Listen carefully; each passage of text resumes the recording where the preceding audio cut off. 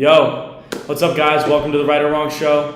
It's me, Tyler Christensen, Olympian here at University of Notre Dame, with my boy Goose, and we're going to get right down to it. Today, we got a lot of good stuff coming, don't we, Goose? A lot of great stuff. All right, let's start it off with our first take. We're going to come in hot. Where does Steph rank all time? Yeah, Steph Curry, you can't say too much about him. He's the all-time best shooter ever. He is the first and only unanimous MVP, a four-time NBA champion. Tyler, is Steph Curry a top 10 player for you?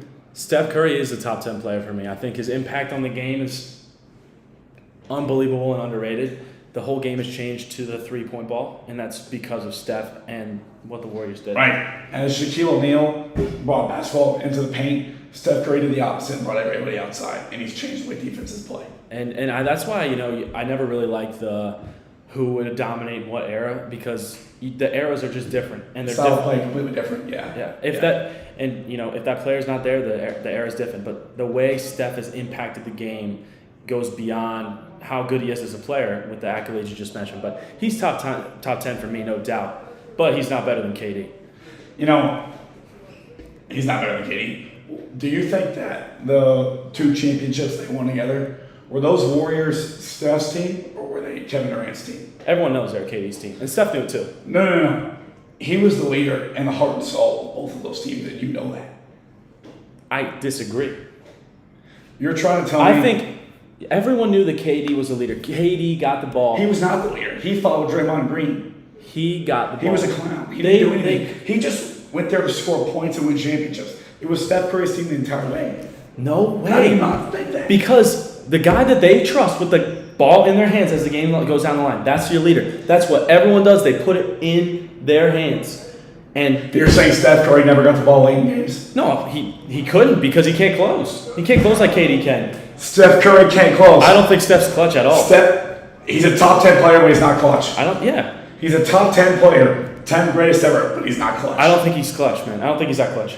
Wow. As I've watched him, dude. Wow. The one time that I've seen him clutch lately is in the Boston Celtics closeout games. That was a great performance by him to close it out. That was finals, winning the finals MVP. That really, I think, for a lot of people, including me, put him above Kevin Durant and into the top 10 rank, because I think before that he was about 15 for everyone. I think he's top 10, but I got Kevin Durant in my top 10. I think KD is 9, and I'll put Steph right at 10, and that's just me. So it's a small gap between them, you'd say? Oh, yeah, it's very small. I mean, the debate could go back and forth. It's not, crazy, but I'm going to take KD over Steph. Here's what I have to say. Steph Curry is the greatest shooter of all time. What is Kevin Durant the best at all time? What has he ever done that's been the best at all time? He's the greatest scorer ever. That's not true. Everybody knows Michael Jordan's the greatest scorer of all time. I'll take KD over MJ in scoring. Okay. He's a 7-foot guard with handles and can shoot from anywhere. And Michael Jordan was a 6-time Finals MVP. He was. But I'm just saying, based on pure scoring ability, I'm going to take KD over Michael Jordan. Where do you see James Harden's scoring ability? 36 points per game in his peak for an entire season? That's unbelievable. KD's been averaging 27 points throughout his entire career. That is third all-time behind MJ, who's 30.1. Who I think is the best scorer of all time. And I'm not alone in that. And Elgin Baylor. I think MJ is... Elgin Baylor. Yeah, what a dog. That dude was insane. But I'm taking KD. I think his scoring... I think, Jordan loved to have the ball and hog it. KD's putting up 20 shots, and he's scoring 27 points. He's the most efficient scorer ever. He's probably putting up 15 shots and scoring 27 points. And Jordan's taking like 30, and he's getting his 30. He's taking 30 and getting 40, and it's 45. Whatever it may be. But that's the part of me that I think people don't really understand with KD, is he's not out there shooting the ball every single time. No, he's not. He gets the ball. When he gets the ball, he's going to shoot, and he's going to make the bucket, and he's going to get his 30, and the team's going to win, and that's what he does. They've both impacted the game greatly. I like Steph Curry's impact better. I think he's accomplished more in the league. He changed the game, made it more outside. And kids these days, they're all shooting threes. They're doing all the stupid stuff that he never did before Steph Curry came along, because he revolutionized the game. And that's why I think he's better than Kevin Durant. But I love that we both have him in the top 10. So KD's a unicorn, man. He's a unicorn. All right, moving on. We're going to break out our NFL rookie predictions. who we think is going to have a breakout season. Who do we think is under the radar? Someone people aren't really talking about, like Bryce Young or C.J. Stroud. These top picks. Those guys are not breakout rookies. They're starting week 1. So, Goose, who you got, man? I'd go with Will McDonald, the defensive end on the Jets. I like it. But I don't think you can say he's a breakout, under-the-radar rookie. The Jets are on Hard Knocks. He's in New York City, and he's been all over Hard Knocks. People have been talking about how great he is. So I'm not going to say Will McDonald, even though I think it'll be a great season and he'll be a great player. I'm going to go with Dalton Kincaid, tight end for the Buffalo Bills. I hate that take. Shut it. Listen, the Buffalo Bills have a wide receiver 1 in Stephon Diggs. They don't have much of a wide receiver 2. They have a pretty weak wide receiver room overall, especially after not including Stephon Diggs. They don't have running backs that catch passes out of the backfield. And I think Dalton Kincaid, who lit it up in Utah, especially in big games, he torched USC. I think he's going to be really, really good. I think him and Dawson Knox in 2 tight end sets are going to be fantastic. And I think Dalton Kincaid can be an every down player as early as halfway through the season. I think he's going to become Josh Allen safety valve pretty quickly. And I like him to put up, the Bills' tight end production last year was very low. They had under 1,000 yards. That's why I'm worried about that pick. I think their offense will change a little bit now that you don't spend a first round pick. That's true. You don't spend a first round pick on a tight end unless you're going to use that tight end. He got drafted ahead of Michael Mayer, who's a fantastic player at Notre Dame. I think Dalton Kincaid will be electric this season. I think as the playoffs roll around, he's going to be that added piece that Bills have needed down the stretch late in the season. I just wonder about the Buffalo Bills themselves and how they're going to implement. That doesn't mean he can have a good season. I know, but you're saying they're going to change their scheme to fit to him, and change the scheme is a strong word, but I think Josh Allen will utilize his tight ends a little bit more than he has in the past. All right. I just have noticed, Buffalo Bills tight end production has been down, and true. I think Dawson Knox is still a solid tight end, so I'll be interested to see what the roles are going to be. Kincaid is just supremely talented, and I think he's a lot better than Dawson Knox. Well, who do you think? Who's your breakout? Now, you're gonna come at me for this one, I know, but I'm going Sam Laporta, the tight end from the Detroit Lions. We're both taking tight ends. That's unbelievable. Why? Listen, they got rid of T.J. Hawkinson. I know they got T.J. Hawkinson, but they got rid of T.J. Hawkinson. He's a Viking. Oh, that's right. They just traded him away, which is why I think Sam Laporta is going to come in there and do his thing. Because listen, Dan Campbell, he's a smash football guy. You got Sam Laporta, he's a big physical dude. He's gonna want to get him the ball, and that's just the way their scheme works. They don't definitely use the run game too with their blocking. Yeah, and I think that his production breakout year is going to go beyond just the numbers for them. He's going to be an every down guy, and Detroit's receiving is iffy. You've got a bunch of young talent, but where is their role going to come in? Jameson Williams coming back this year. Yep. Obviously, Amon-Ra, he's good. He's that guy. He's that guy for them. But, beyond that, what do you really got? You got good, solid receivers, but it's not that high-end talent that you need. And their offense is going to be a very big share of the wealth offense. Yeah. Because they have weapons at running back, weapons in the tight end room, weapons in the wide receiver room. They're going to throw the ball a lot. They're going to score a ton of points. So I can see him having a ton of production this year. I think he's going to have a great year. That's why I'm going to take him. All right, should we move on? Let's do it. Guess what? This weekend, the return of college football. Gone are the days, the dog days of summer without any football. And Only football. What's today? Tuesday, Wednesday, Thursday, Friday, Saturday. 4 days until the greatest sport on earth is back on the turf. Saturday, 7 games. Do you want to talk about our game picks for all 7 games? Yeah, Goose. Why don't we break it down? Why don't you give me all right. So I'm going to go from most boring to least boring, most fun games. To start off, 2 bottom 10 feeder teams in all of FBS duking it out. UMass and New Mexico State. I think New Mexico State's a 7.5 point favorite. Who you got there? I'm gonna take New Mexico State. New Mexico State. Yes, sir. Yeah. Okay. I'm gonna take New Mexico State. Honestly, there's not much I can say. I haven't looked at any of the tape on them. I just like them better. They seem like a bigger school. Chances are a bigger school's gonna be better. The Minutemen, UMass, they've always sucked. In my lifetime, I don't think I've seen them win a football game. Not the one that I can remember, at least. So I'm also going to pick New Mexico State. All right, I like it. What's next?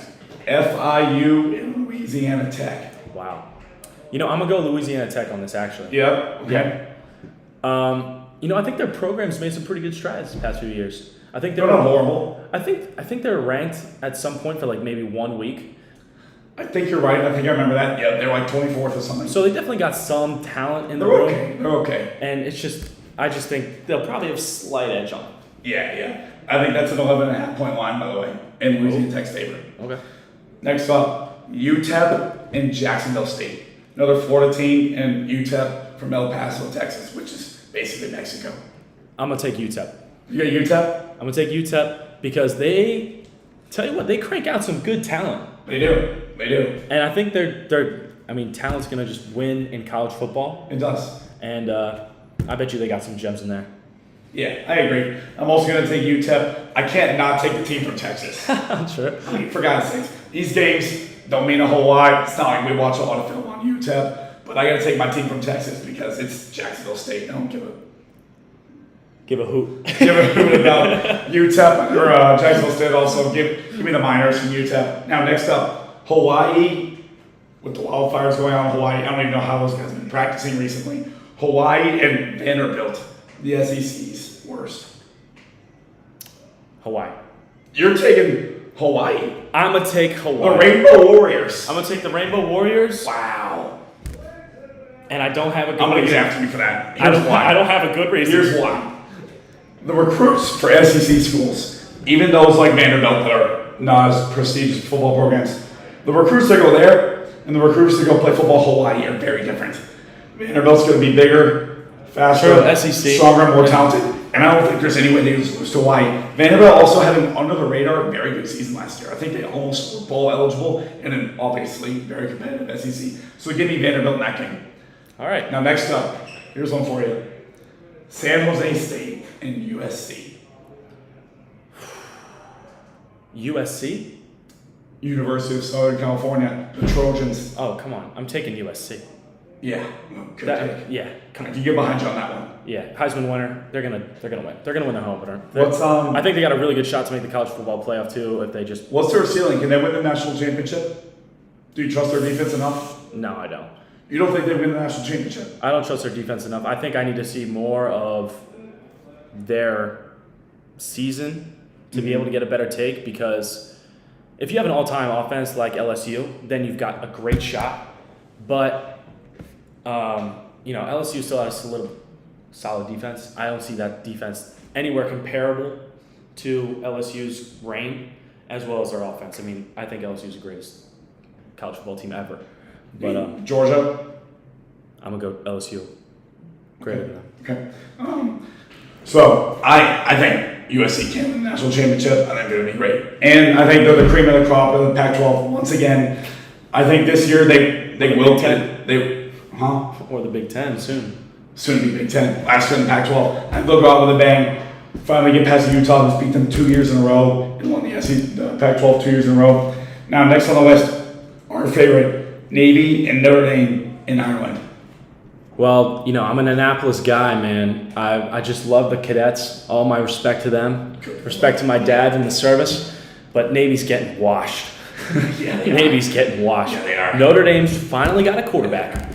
Sam Hartman. Yep. And I'm telling you. He's a real deal. ACC all-time leader in passing touchdowns at Wake Forest. Yeah. It's going to make the world of difference. They're not going to have to rely entirely on the run game. And I don't think they're going to ask him to do too much. I just think they're going to ask him to do what he needs. He's going to, convert that third down pass, make the simple, easy throws. You don't got to do too much with it. And I think his pocket presence is something that Notre Dame hasn't had in a while. So I think, Book was more of the scrambler. I don't think he was as accurate with the ball. Definitely not. And look at what Book took him. I mean, they went to the college football playoff. I can only imagine someone like Sam Hartman, what he can do for them. For sure. Absolutely. I fully agree with that. I'm going to take Notre Dame there too. Tower. Notre Dame has 3 huge games this year. Clemson on the road, Ohio State at home, USC at home. Of those 3, how many do you think they win? I think they win 2. You think they win 2? I think they'll win 2. I have my concerns about Notre Dame. I'm going to give them one of those 3.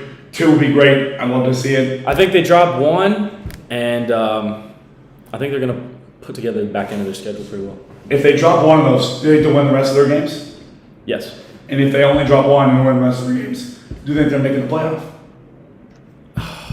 That's just what it is. But I think they'd have a great shot. They're fighting with one hand behind their back, not being in the conference, not having that conference championship game. Yes, So, but being an independent, they've had really good opponents. I mean, all those guys if they can win 2 of those games, I think it shows. Hey, Notre Dame's not that team that's going to back down in those big games. They got a good shot to do something. the criticism of Notre Dame never playing a hard schedule, those people have to show up now because Notre Dame has a brutal schedule all year long. Yep.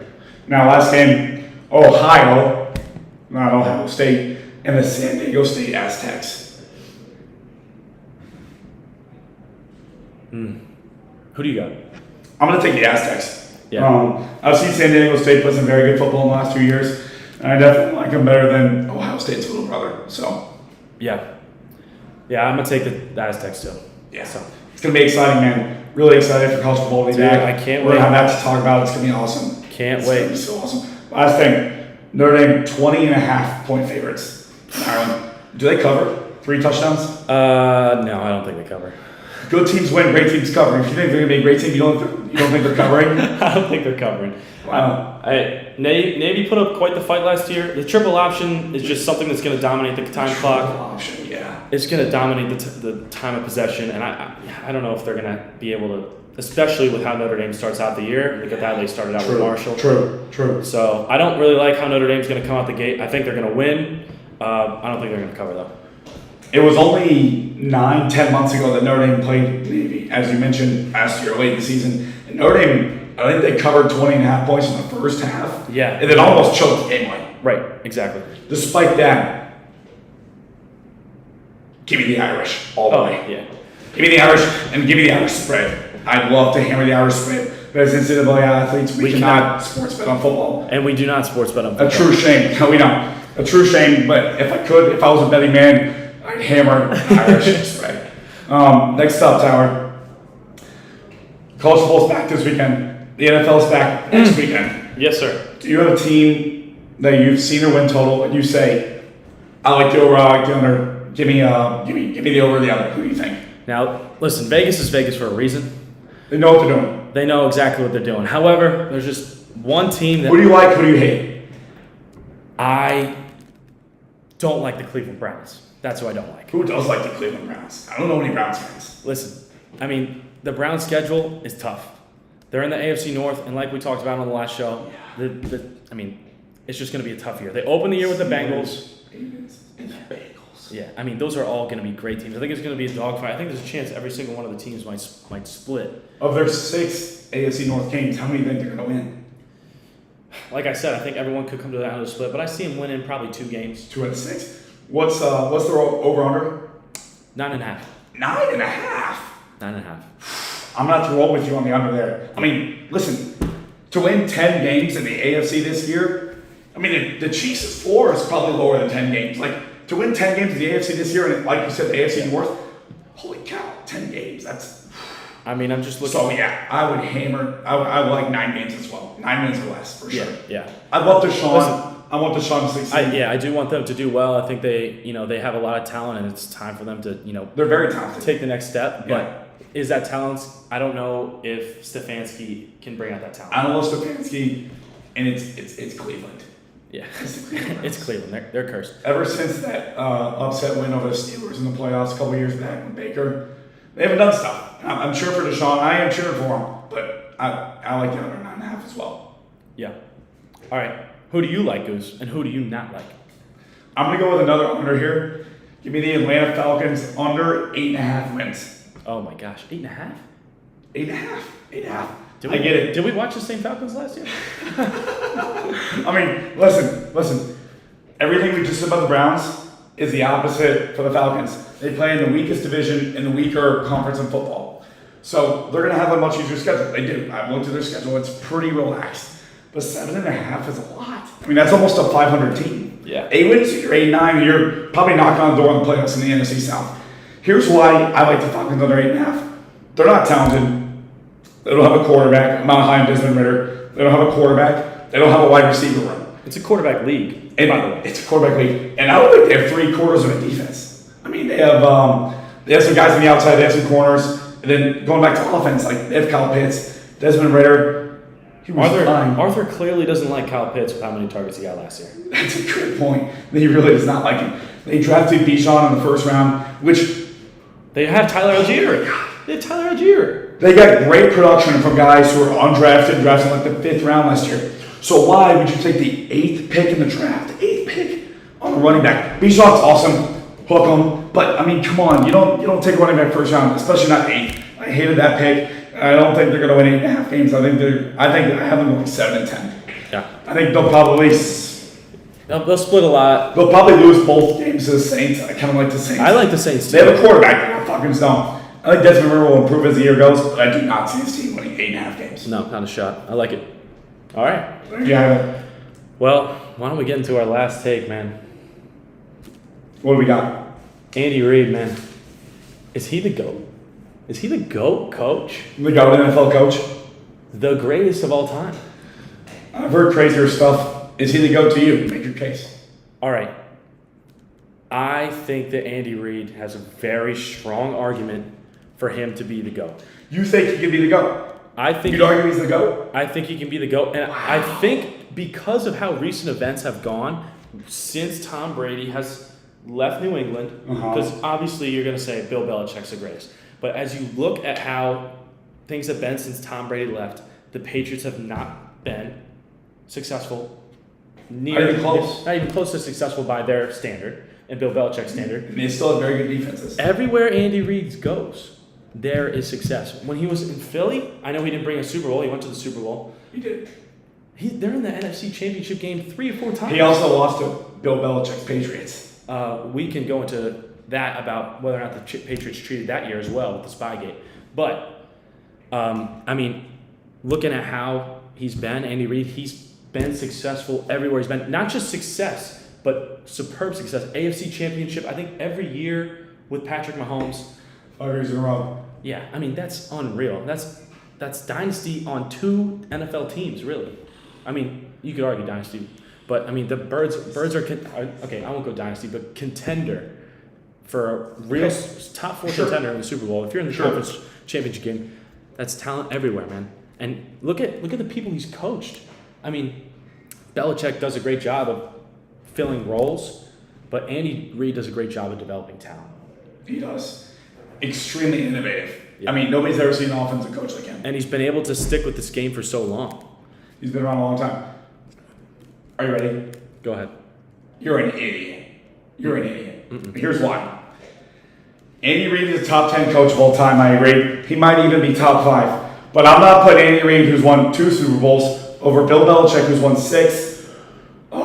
Joe Gibbs with the Washington Redskins, who won 3. Bill Walsh, who won 3. Don Shula and Vince Lombardi. I think all those guys are a better coach than Andy Reid. They're all better than Andy Reid. Not all success comes down to rings. I get that. Especially for coaching. Andy Reid has 22 playoff wins in his career. That's great and all. But you can't say he's the GOAT. You can't say he's the GOAT. That's recency bias at its finest.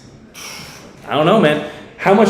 He's sticking around for a lot longer with Mahomes. I think he could have... How many more Super Bowls do you think Mahomes... Could have, would have, should have. We're not talking future. I'm talking right now. You think... I think it's crazy. I think he's the greatest coach. Bill Belichick won 6 Super Bowls. The greatest dynasty in the history of the sport of football. And we know... He coached it. And we know where those Super Bowl wins came from. It came from Tom Brady, not Bill Belichick. I get it. And holy cow, I cannot believe that Bill Belichick hired Matt Patricia to be his co-offensive coordinator last year. That dude's a whole head coach. He proved it in Detroit. And yeah, Bill Belichick the last 3 years since Brady's been gone, haven't looked the best for him. But either way, I think he's probably the best coach of all time. And I think these other guys, Walsh, Shula, Lombardi, these guys, I think they're better than Andy Reid as well. I mean, Bill Walsh, he coached the Niners for 10 seasons. That's it. That's all his NFL head coaching experience. 10 seasons, 3 Super Bowl wins. And you could say,